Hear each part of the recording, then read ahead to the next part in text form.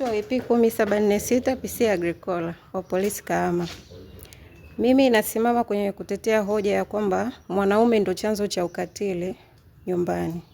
Kwa sababu mojawapo, tunaanza na ukatili wa kisaikolojia. Wanaume wengi wamekuwa wakitoa lugha za matusi kwa wake zao bila kuheshimu. Anamtukana katika mazingira gani, na sababu inomchochea yeye kumfanya ajisikie vibaya na kutokuangalia mazingira ya kifamilia ikiwemo na watoto. Unakuta tu mwanaume amejiamulia tu kwamba leo na kusudia kwa hili jambo dogo ni mtukane tu mke wangu bila kuangalia mazingira ya watoto wala mwanamke. Tunakuja kwenye hoja ya pili, ukatili wa kiuchumi. Wanaume wengi wanaamini kwamba wao pekee ndo wanaweza kuitawala jamii. Wao ndo wanaweza kuiongoza familia bila kujua kwamba mwanamke naye ni mwanamke anayeweza kusimama na kuendesha familia, ikiwemo kusimama kibiashara, kusimama kielimu, kusimama kuongoza ofisi na shughuli nyingine za kijamii. Namba 3, tunakuja kwamba mwanaume, kutokana na jamii yetu ya Kiafrika, kwamba iliwapa wanaume nafasi kubwa ya kuwa wao ndo watawala wa madaraka. Yaani kuna vile vitu ambavyo kwenye jamii vinahitaji kutatuliwa kwenye busara, lakini mwanaume akiona kwamba mwanamke anataka kuja au kutaka kumwattack au kuwa juu yake, mwanaume anaona kama huyu mwanamke ananifanyia ukatili. Huyu mwanamke haniheshimu. Huyu mwanamke ameshakuwa mwanamke wa kimabavu.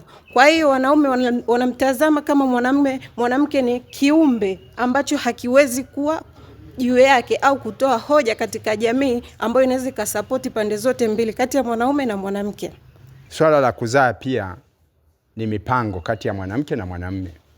Lakini tunapokuwa kwenye mahusiano ya kawaida, na shangaa tu mwanamke anakuambia nina mimba yako. Huu pia ni ukatili dhidi ya mwanaume, kwa sababu unaingiza kitu ambacho mimi sikupangilia.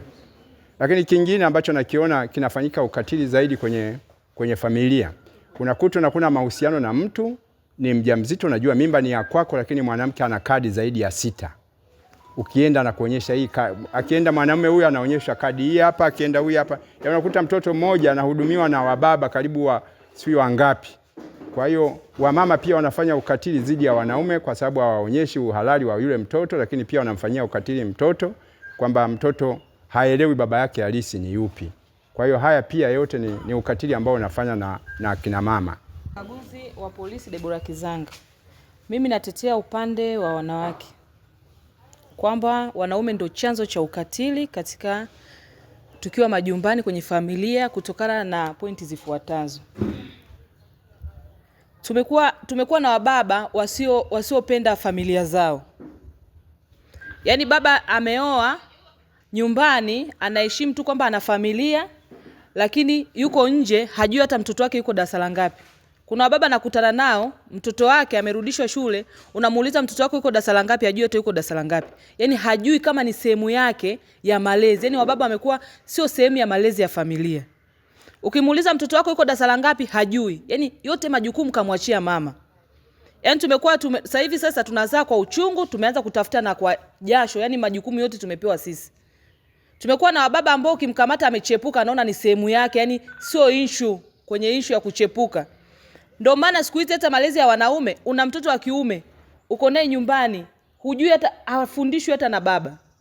Kaa siku nyingine umetoka hata saa 1, kaa mwambie mtoto wako wa kiume, mwanangu natakiwa ufanye hiki na hiki. Lakini kila siku uko na baba, anamuona mama ametoka na pochi, anamuona mama anapaka lipstick, ndio maana nakuta tu mtoto naye anaanza kupaka lipstick na ni wa kiume. Anabeba pochi. Baba amekosa nafasi yake ya malezi katika watoto wake wa kiume, yuko busy. Kuna wababa wanajifanya wamesusa, kumbe anataka aondoke tu ili achelewe kurudi. Mtu unasusa kwa sababu umekuta chai imeisha. Naitwa WP 1064 Koplo Zakia. Nafanya kazi katika kituo cha polisi Kahama. Kwenye mdahalo wetu, mimi binafsi ninavyoona mwanaume ni chanzo. Pointi nyingi zimezungumziwa na poti wangu Agricola.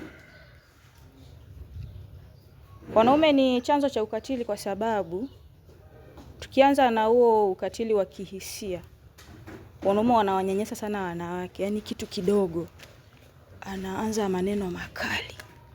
Mimi nakulisha, nakufanya hivi na hivi, hivi na hivi. ni vitu ambavyo sio vizuri. Alafu kitu chengine, mwanaume hana elimu kuhusiana na swala la usawa, kwamba mke wangu huyu hapa natakiwa nimpende, nimfanyie hivi na hivi. Kwa wanaume mara nyingi wamekuwa wakiwadhulumu wake zao. Yaani sio kidogo, wanawadhulumu sana sana.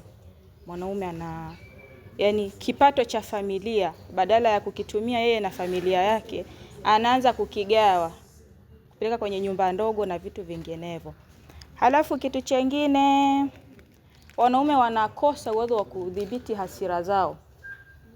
Yaani kitu kidogo mwanaume hatumii ile busara, labda mke wangu hapa umeteleza kidogo, natakiwa nifanye hivi na hivi, namna ya kumuelewesha mke wake, lakini anamwataki na hasira. 2210 Koplo Dionizi Biseko, askari polisi wilaya ya Kahama. Mimi kwa hii mada ningependa kuchangia kwa upande wa mwanamke na upande wa mwanaume. Mimi naona kama wote ni tatizo. Na tatizo kubwa hasa linaloathiri watu wengi ni psychologist mindset. Yaani mindset zetu ndio zinazosababisha migogoro upande wa mwanamke na upande wa mwanaume. Kwa mfano, psychological mindset upande wa mwanaume. Mwanaume anaweza wakati anaenda kutafuta katika utafutaji wake, psychological mindset yake kule anaweza kawa naasiliwa na mazingira. Kwa hiyo yale mawazo yanotoka nayo kule akaenda nayo nyumbani kwake, inaweza ikasababisha migogoro ya kifamilia. Lakini upande wa mwanamke pia psychological mindset inaweza ikamwathiri, ni kwamba yeye kulingana na mazingira, kwa sababu yeye kama ni mama wa nyumbani, anaweza akawa ameshinda pale nyumbani, labda otherwise hiyo familia labda ikiwa katika hali ya upangaji. Kwa hiyo yeye anaweza akaathirika psychological mindset kwamba anaona mbona wenzangu wanakula vizuri? Mbona wenzangu wanavaa vizuri? Kwa hiyo yeye mume wake psychological mindset yake hapo itakuwa imekwisha haribika. Kwa hiyo akija mume wake kama akiwa ametoka kazini, anaweza akaja akamletea hizo mada. Mimi mbona familia fulani wanakula vizuri? Mbona familia fulani wanavaa vizuri? Kwa hiyo hapo pia ndio kinaweza kuleta nini? Chanzo cha migogoro. Rai yangu ni ipi? Rai yangu ni kwamba masuala ya psychological mindset katika jamii sasa hivi ni swala ambalo linatakiwa likaziwe mkazo sana, kwa sababu ndio chanzo cha migogoro. Kwa majina naitwa Wipi Luli. Nafanya kazi kituo cha polisi Kahama, kitengo cha dawati na jinsia la watoto, polisi Kahama. Mimi katika mada hii napenda kuongelea swala zima la wanawake. Kwa kweli sipo upande wa wanawake, isipokuwa nataka nishauri tu kuhusu wanawake. Kwa hali halisi sasa hivi ya maisha, wanawake wameona kwamba wao ni viumbe dhaifu, na ambapo sio viumbe dhaifu. Wamejiona kwamba bila mwanaume yeye hawezi kuishi, ambapo sivyo. Mungu hakutuumba hivyo. Mungu alituumba kwamba binadamu wote ni sawa. Na ndio maana kuna polisi na wanawake na kuna polisi wanaume. Sio kwamba eti wale wanawake polisi waliumbwa tofauti na hawa wanawake wa kawaida. Kwa hiyo tuwe sawa kwa sawa. Mwanamke anaamua kuja, ana mwili mzuri, ni mzuri kwa umbile na tabia. Yaani mimi nikisema tabia kwamba ana macho, ana miguu, ana uelewa. Yaani uelewa wake uko timamu. Lakini anakuja anasema kwamba mimi bila yule mwanaume siwezi kuishi. Bora nijiue. Kwa nini ujiue? Au bora nife. Kwa nini ufe bila mwanaume? Kwa hiyo wanawake sasa hivi tumekuwa tunajiona kwamba tuko nyuma. Wanaume ndio kila kitu, ambapo sivyo. Kwa hiyo wanawake wajitwin, wajione kwamba wanaweza. Anaweza akaweka mkaa wake pale, akaweka nyanya, weka vifungu vya nyanya. 10,000 yako tu, unaweza ukaishi. Nina mifano mingi sana pale dawati. Kuna mama alikuja, tukamchangia shilingi 10,000 lakini alikuja kushukuru kwamba ametelekezwa. Alitelekezwa na mwanaume na analia kwamba bila yule mwanaume hawezi. Kwa hiyo tukampa mawazo, tukamwambia bila huyo mwanaume utaweza, na tena utasimama kwa maisha yako we mwenyewe. Alianza kufanya biashara ya kutembeza nyanya na mboga na alisimama na akapanga chumba. Mbaya zaidi tena kwa udhaifu wetu wanawake ambao ninausema, mwanaume yule tena alikuja kumbembeleza. Naye mwanaume sasa kaishiwa kaachika kule alikokuwa. Akamrudia tena, akaanza tena akamnyang'anya pesa zote. Akakumbuka zile pesa nilipewa dawati, akarudi tena dawati. Tukamwambia umekuaje? Kwamba yule mwanaume alinidanganya tena akanirudia, akaninyang'anya tena hela zote, akakimbilia tena huko kwa mwanaume wake. Kwa mwanamke wake. Kwa hiyo jamani, mimi ushauri wangu, wanawake wanaweza. Wanawake tunaweza. Mimi niko kwenye kutetea kwa upande wa wanawake. Narudi hapa kwa upande wa Njile alivyosema hivi kwamba swala la imani, wanaume wetu wanakosa imani ile ya kimungu. Nasema hivyo kwa sababu gani? Utaangalia kwenye mikutano mingi, makongamano mbalimbali, tunaojitokeza kwenda wengi ni wakina mama ambao tunaenda kulishwa chakula cha kiroho. Pale tunafundishwa upendo, lakini hata ukiwashauri hao baba kwamba labda kuna kongamano la Mwamposa au kuna nani amekuja, wanaume hawa hawaendi. Sasa mwanaume atapataje ile imani ya kusema kwamba mimi nimpende mke wangu? Na kitu kingine ambacho ni kitu kidogo ambacho na washauri wanaume kwenye hili swala, vizawadi vidogo vidogo. Wanawake tunapenda. Kwa mfano kama sasa hivi kuna elekea sikukuu ambayo ni sikukuu ya pendanao tarehe 14. Unaona, ili tuone sisi kwamba hatukatili. Unajua sisi wanawake tuna mambo mengi. Kwa mfano unaona labda Perusi mume wake anamjali kwa vizawadi vidogo vidogo, wewe ndani haupewi. Alafu kuna mtu mwingine ambaye yuko nje ambaye ana kusupport kwamba mama ni 1 2 3. Kwa hiyo automatic huyu mwanaume ataona kama unamdharau, utaenda kule ambapo sehemu unafanyaje, unajaliwa. Wakina mama kweli wanatufanyia ukatili, ila tunashindwa tu kujitokeza kusema kwamba mimi nimefanyiwa hiki. Tusie tukashangaa humu tumo ndani humu. Tunaweza tukajikuta tuna wiki hujakutana na mama.